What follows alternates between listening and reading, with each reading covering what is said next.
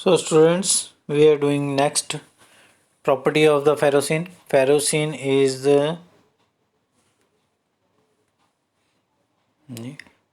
is orange colored crystalline compound with melting point 173. It is diamagnetic है, जैसे कि हमने पढ़ ही लिया कि ये diamagnetic है, and it is thermally stable. तो ये thermally stable भी है और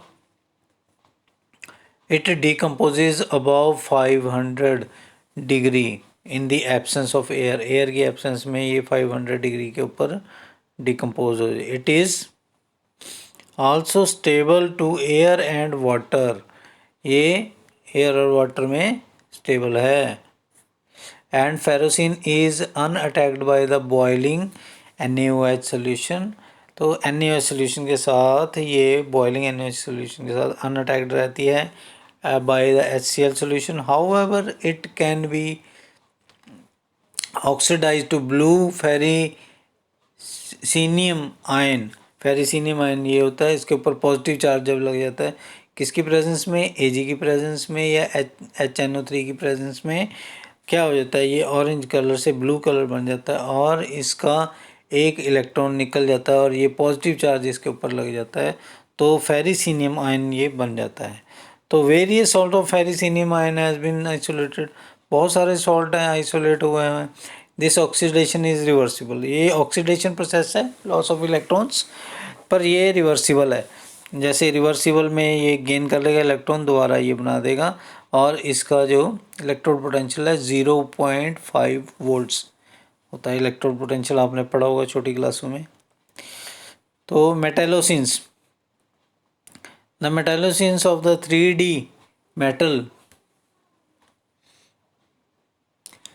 transition metal are also intensively colored and their melting point is around 173 degree.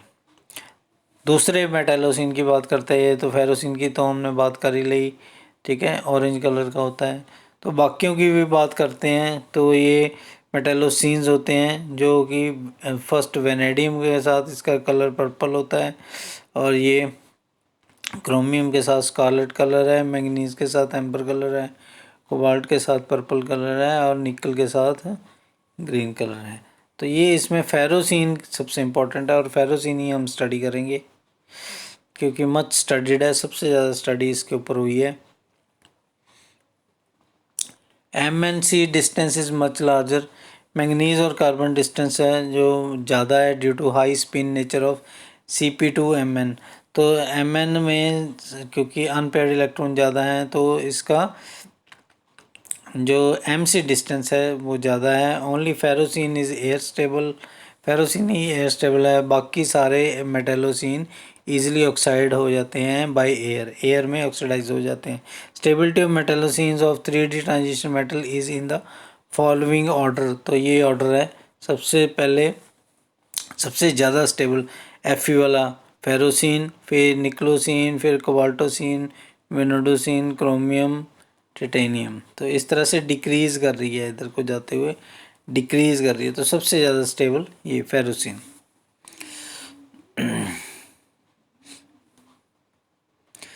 तो the cyclopentadiene ring of the metallocene are aromatic in nature.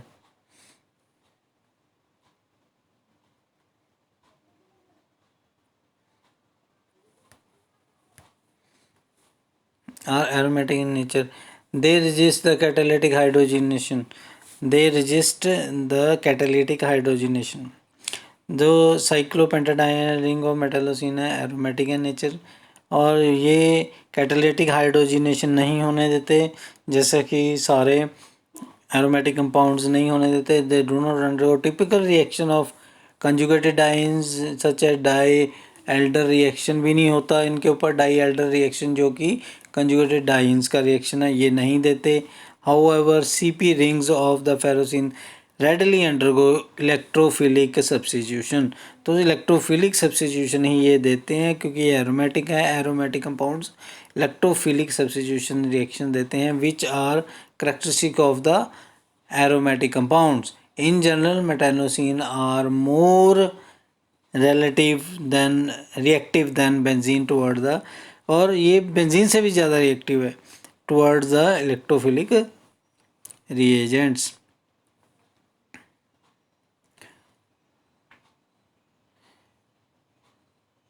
तो generally electrophilic interacts with E2G and A1G electron pair of the metal atom. The electrophile is transferred to the, तो ये जो सबसे पहले electrophile सबसे पहले E2G और A1G electron pair के साथ अटैचमेंट करता है मेटल के साथ. मेटल के पास है ना, वो मेटल के पास से E2G, जैसा कि हमने एमओ डायग्राम में पढ़ा है, E2G और A1G इलेक्ट्रॉन पेयर है जो मेटल के पास से इलेक्ट्रोफाइल पहले उसको अटैक करेगा, क्योंकि मेटल होता है ई पॉजिटिव.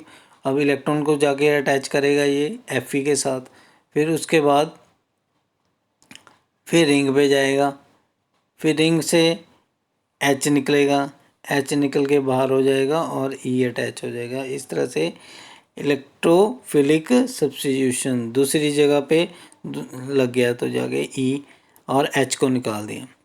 और next is acylation. Acylation reaction क्या होता है? Reaction of ferrocene with the acetic anhydride in the presence of H3PO4 as catalyst produces the monoacetyl derivative of ferrocene.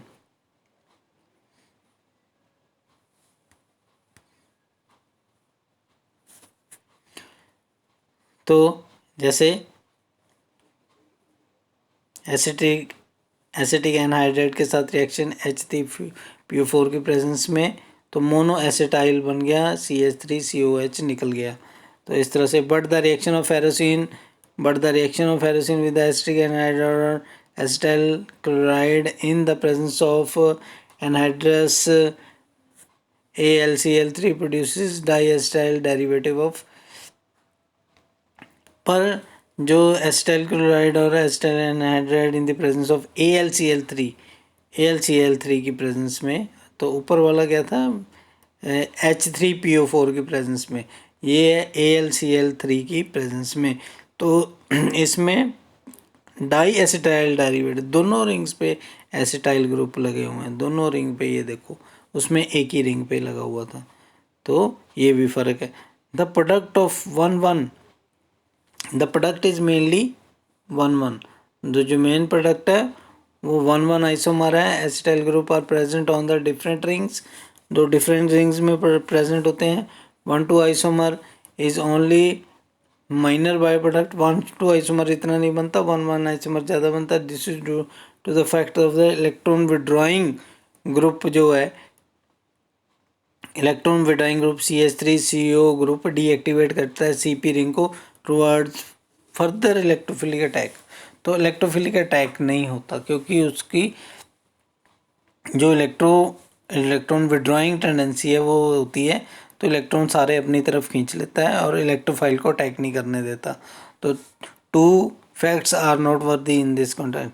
First, more rigorous conditions are required to affect the electrophilic substitution even on the second ring. तो more rigorous condition, ज़्यादा rigorous condition चाहिए होती हैं required to affect the electrophilic substitution on the second ring. So, दूसरे ring पे electrophilic substitution करने के लिए only one isomer of 1,1 diacetyl ferrocene is known. एक ही आइसोमर है इसका, बस दूसरा आइसोमर नहीं है.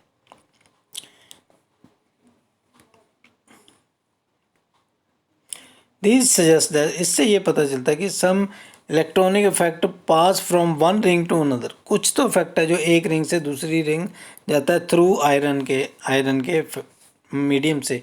The 2 CP rings of ferrocene can be rotated freely. तो दोनों CP रिंग्स फ्रीली रोटेट हो जाते हैं with respect to each other on the ferrocene. दोनों रिंग इस तरह से घूम सकते हैं. तो द एसिटाइल रिएक्शन क्या है? The acetyl reaction can be use to bridge the 2 CP rings of ferrocene. तो एसिटाइल रिएक्शन ये जो यूज़ होता है, it is use to bridge 2 CP rings of ferrocene molecule together as following. 2 CP rings ferrocene के molecule जो है इसमें बन जाते हैं, फ्यूज़ हो जाते हैं, ब्रिज बन जाता है CP रिंग्स का एसिटाइल रिएक्शन में। कैसे? ये यहाँ से फेरोसिन है, इस मॉलिक्यूल से रिएक्ट कराएंगे C2H5OCO CH2COCl एसिटाइल क्लोराइड। तो Cl निकल गया और ये ग्रुप यहाँ पे लग गया जाके, देखो CO CH2 CO OET OET, ये ET मतलब इथाइल।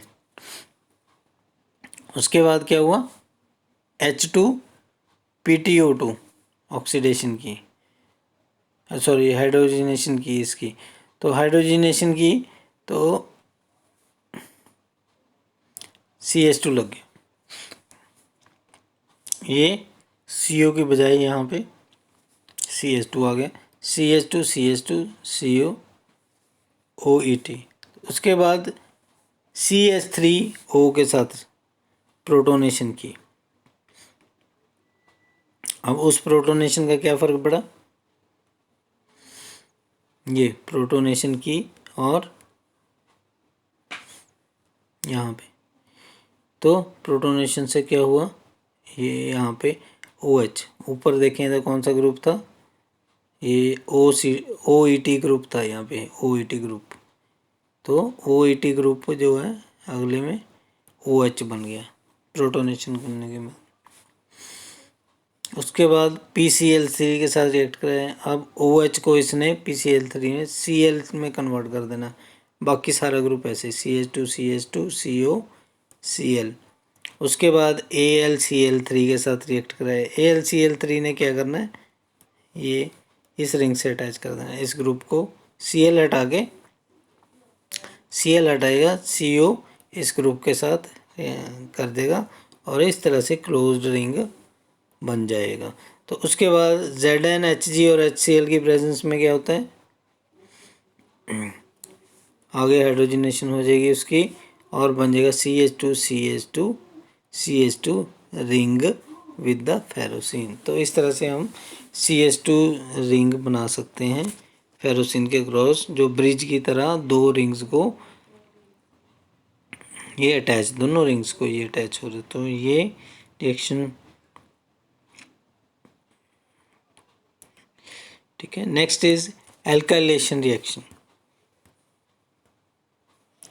एल्काइलेशन रिएक्शन में क्या होता है, when ferrocene is treated with ethene or at high pressure and temperature in the presence of AlCl3 catalyst, ethyl derivative of ferrocene is obtained। जब ferrocene treat करता है ethene के साथ हाई टेम्परेचर प्रेशर में, इन द प्रेजेंस ऑफ AlCl3 की presence में ferrocene ethene के साथ रिएक्ट करता है AlCl3 की प्रेजेंस में, और 200 एटमॉस्फेयर टेम्परेचर प्रेशर होना चाहिए, 100 से 130 डिग्री टेम्परेचर होना चाहिए।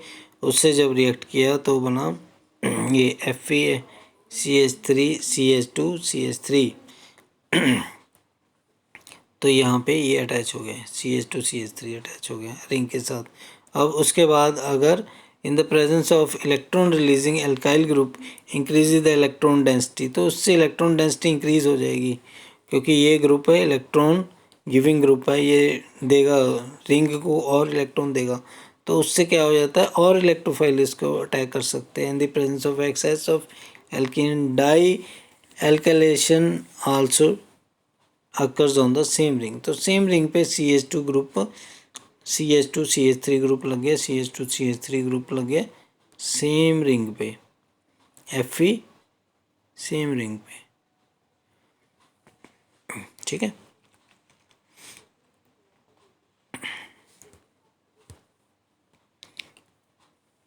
Manage reaction, ferrocene undergoes condensation with the formaldehyde and manage reaction, name reaction सारे कर लेने, बहुत इंपॉर्टेंट है। Ferrocene undergoes condensation with the formaldehyde and secondary means, this is called manage reactions.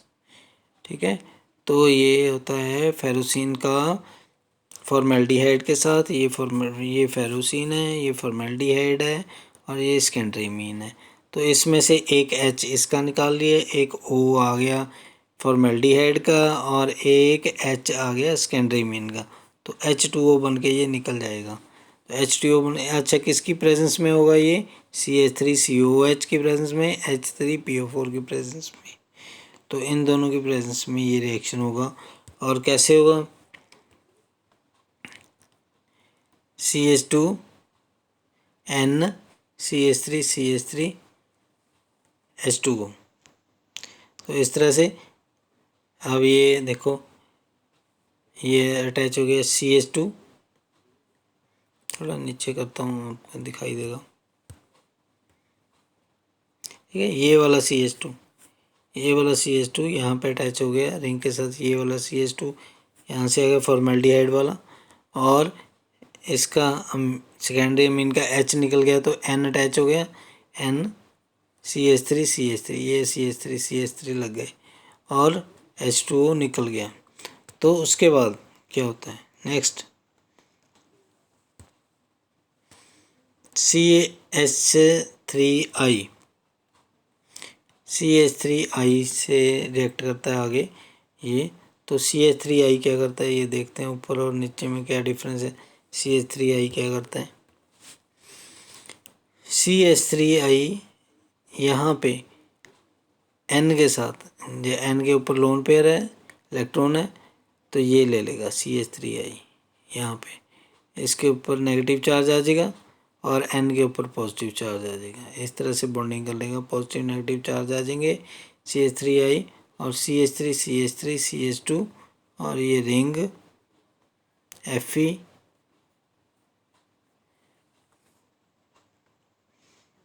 ठीक है। तो इस तरह से ये बन गया, ये मैनेज रिएक्शन है, याद रखना बच्चों। नेम रिएक्शन है, मैनेज रिएक्शन इंपॉर्टेंट है। फेरोसिन में सब कुछ इंपॉर्टेंट है। Ferrocene is itself is a important topic of this chapter. Ferrocene पे क्वेश्चन पक्का ही आएगा। अगर आप मतलब कि एक allyl, butadiene, allyl, cyclobutadiene, ferrocene, ये चार तो बहुत इंपॉर्टेंट है और इनमें से एक क्वेश्चन, दो क्वेश्चन तो पक्का ही आ जाते हैं। तो ये है, बहुत ध्यान से टॉपिक हमने करने हैं। चलो आज के लिए इतना ही, बाकी नेक्स्ट करेंगे नेक्स्ट टाइम।